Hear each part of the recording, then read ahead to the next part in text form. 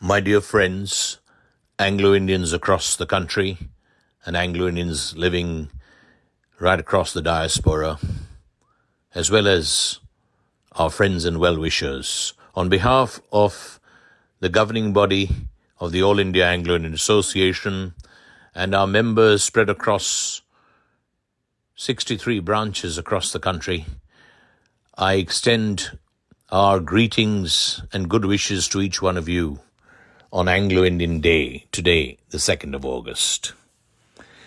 Today, I will divide my message into two parts, a tribute followed by a prayer.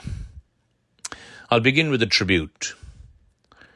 Friends, India owes a debt of gratitude to the Anglo Indian woman, and I would like to dedicate my message today to the Anglo Indian woman.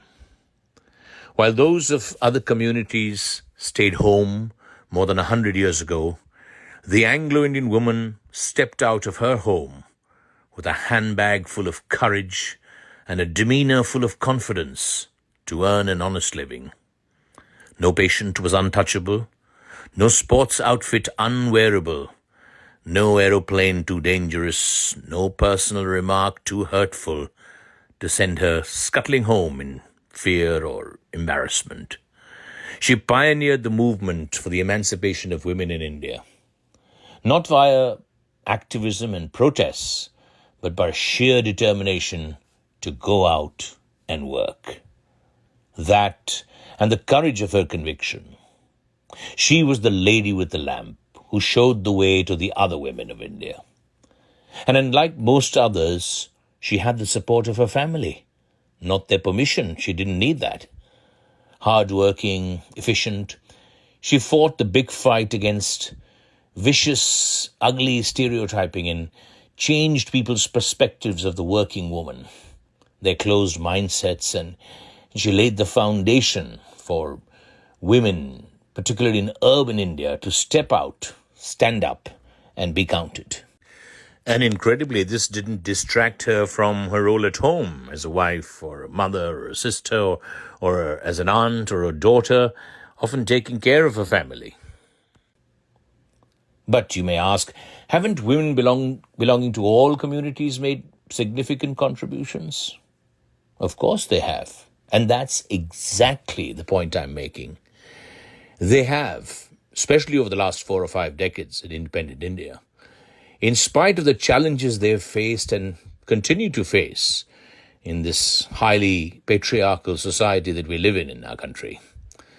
But, friends, it was the Anglo-Indian woman who showed the way a little more than 100 years ago. Picture that, 100 years ago. Picture thousands of women leaving their homes, wearing what was then considered strictly male attire, uniform, and being part of a war effort.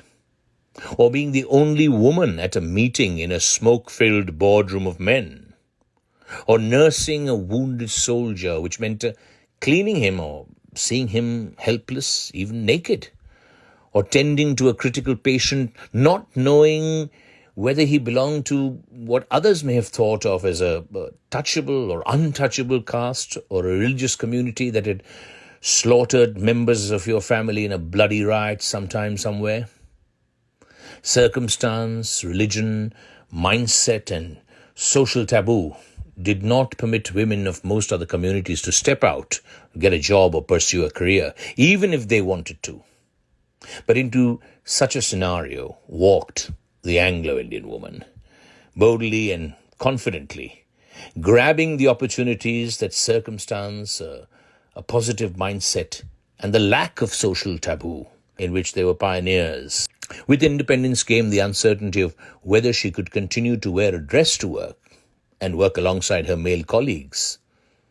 The answer came very quickly and without a fuss. Of course she could. That is, if she could continue to handle or ignore what many people thought or said about her. Well, she did. Anglo-Indian women, without a doubt, have clearly been the pioneers and torchbearers of the changing fabric of women's empowerment in both pre-independent as well as modern India. And as a nation, we need to acknowledge that.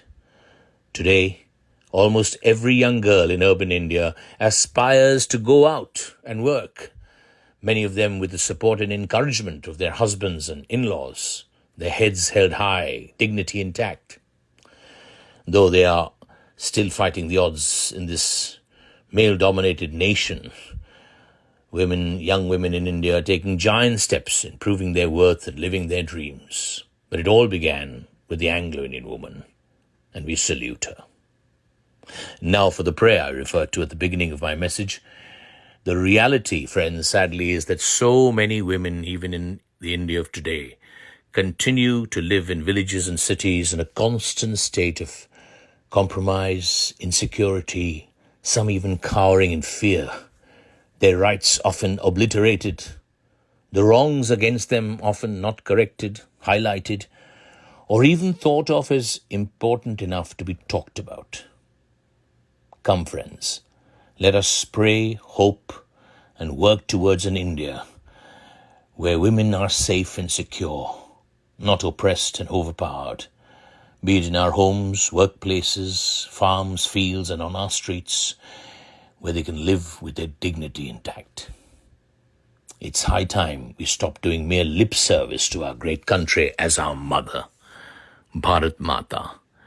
It is high time we put it into practice, starting with politicians and professionals, leaders, followers, the media, the administration, those influencing and those being influenced, at home, in the workplace, on the streets.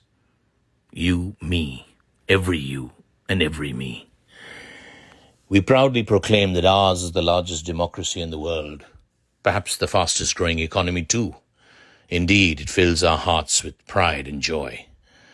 But it is only when we can truly respect the mothers, sisters, daughters and wives, our own and those who belong to other communities, tribes and regions. Then and only then will it be the India we want, the India we love, the India the fathers of our Constitution set it out to be. The time to introspect is now. The time to act is now. The time to speak is now. Not a day later, now. Jai Hind. God bless. Take care. Happy Anglo Indian Day.